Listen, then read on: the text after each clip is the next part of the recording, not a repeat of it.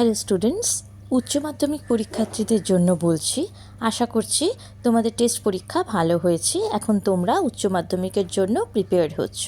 তো উচ্চ মাধ্যমিকে ইংলিশের প্রোজ আর পোয়েমে তোমরা জানো যে মাধ্যমিকের মতো সিন আসবে না। তাই আমি বলবো তোমরা কিন্তু প্রোজ আর পোয়েমটা ভালো করে পড়বে, শুধু কোয়েশ্চেন আনসার মুখস্থ করে কিন্তু চলে যাবে না। আরেকটা হচ্ছে, তোমরা এখন ক্লাস 12-এ পড়ো। এই সময় যদি তোমরা স্পেলিং মিস্টেক করো তাহলে কিন্তু সেটা একদম ঠিক নয়। তাই কোনো প্রোজ যখন পড়বে, প্রোজের নামটা ভালো করে মনে রাখবে এবং অথরের নামটা খুব ভালো করে মনে রাখবে। যেমন ধরো, দ্য আইজ হ্যাভ ইট, অনেক সময় আমরা কথা বলতে বলতে আইজ হ্যাভ ইট বলে দিই, কিন্তু পুরো নামটা হচ্ছে দ্য আইজ হ্যাভ ইট। তাহলে যখন তোমাকে লিখতে হবে তখন দ্য আইজ হ্যাভ ইট লিখতে হবে এবং অথরের নাম হচ্ছে রাস্কিন বন্ড। এখানে যদি কোনো কিছু ভুল হয় তাহলে কিন্তু তোমাদের নাম্বার কাটা যাবে। এগুলো মনে থাকলে তোমরা যেমন শর্ট কোয়েশ্চেন অ্যাটেন্ড করতে পারবে, তেমনই ব্রড কোয়েশ্চেনের মধ্যেও কিন্তু এগুলো ইনক্লুড করতে পারবে। একইভাবে পোয়েম এবং পোয়েটের নামও কিন্তু তোমাদের খুব ভালো করে মনে রাখতে হবে। যেমন ধরো, দ্য পোয়েট্রি অফ আর্থ, শুধু যদি পোয়েট্রি অফ আর্থ লিখে দাও তাহলে কিন্তু সেটা ভুল হবে। দ্য পোয়েট্রি অফ আর্থ এবং পোয়েট হচ্ছেন জন কিটস। তো এই নামগুলো তোমরা পুরোপুরি মনে রাখতে হবে, শুধু কিন্তু কিটস লিখে দিলে হবে না, জন কিটস লিখতে হবে এবং দ্য পোয়েট্রি অফ আর্থ লিখতে হবে, না হলে কিন্তু ভুল হবে এবং নাম্বার কমে যাবে। এগুলো একটু ভালো করে মনে রাখবে, তাহলে কিন্তু তোমরা নাম্বারটা পেতে পারো।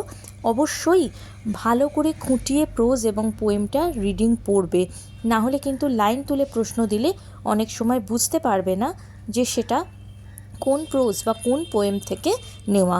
শুধুমাত্র কোয়েশ্চেন আনসার মুখস্থ করে গেলে কিন্তু এগুলো অ্যাটেন্ড করতে অসুবিধে হয়ে যাবে, যেহেতু তোমাদের কোনো সিন দেওয়া থাকবে না। নেক্সট হচ্ছে, তোমাদের একটা কথা বলছি, দেখো, প্রোজ এবং পোয়েমের ক্ষেত্রে তোমরা কিন্তু বানানটা খুব ভালো করে মনে রাখবে। প্রোজ এবং পোয়েমের কোনো বানান যেন ভুল না হয়। আর দেখবে তোমাদের অপশনাল যে কোয়েশ্চেনগুলো দেওয়া থাকবে সেখানে যেগুলো নাম্বার ডিভাইড করা আছে সেই প্রশ্নগুলো অ্যাটেন্ড করার চেষ্টা করবে। যেমন ধরো, একটা প্রশ্নে যদি টোটাল 6 নম্বর থেকে যায় তাহলে কিন্তু সেটা অ্যাটেন্ড করলে অনেক সময় নাম্বার কম আসতে পারে। সেক্ষেত্রে তোমরা যদি 1+1+2+2 এরমভাবে অ্যাটেন্ড করো তাহলে কিন্তু তোমরা নাম্বারটা বেশি পাবে। তো সেই জন্যই বলছি, এই রকম প্রশ্নগুলো অ্যাটেন্ড করার সময় বেশিরভাগই দেখবে অনেক সময় লাইন তুলে প্রশ্ন থাকে। তাই আমি বারবার বলছি, তোমরা কিন্তু প্রোজ এবং পোয়েমটা খুব ভালো করে রিডিং পড়বে, তাহলে এই কোশ্চেনগুলো অ্যাটেন্ড করতে আর অসুবিধে হবে না। নেক্সট হচ্ছে, পোয়েমের থেকে একটা কথা তোমাদের বলি, সব পোয়েমেরই সাবস্টেন্স, সেন্ট্রাল আইডিয়া আর সিগনিফিকেন্স অফ দ্য টাইটেল কিন্তু মুখস্থ করে রাখবে। দেখো, এটা হতে পারে যে অনেক সময় তোমাদের এই প্রশ্নগুলো ধরে দেওয়া থাকে যে তোমরা সাবস্টেন্স লেখো বা টাইটেল লেখো, তো সেগুলো কিন্তু তোমরা ডাইরেক্ট অ্যাটেন্ড করতে পারবে। যদি তোমাদের কাছে এরকম নাম্বার ডিভিশনের প্রশ্ন পোয়েমের ক্ষেত্রে শক্ত মনে হয় তখন কিন্তু তোমরা এটা অ্যাটেন্ড করে নিতে পারবে। এবং যদি তোমাদের এই সাবস্টেন্স, সেন্ট্রাল আইডিয়া, টাইটেলটা মুখস্থ থাকে তাহলে অন্য কোনো প্রশ্নের উত্তর লেখার জন্যও কিন্তু এটা তোমাদের কাছে হেল্পফুল হবে।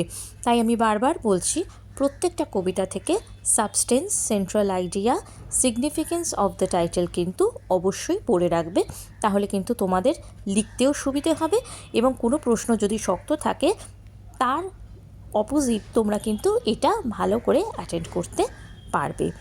আর একটা কথা তোমাদের বলছি, দেখো, তোমরা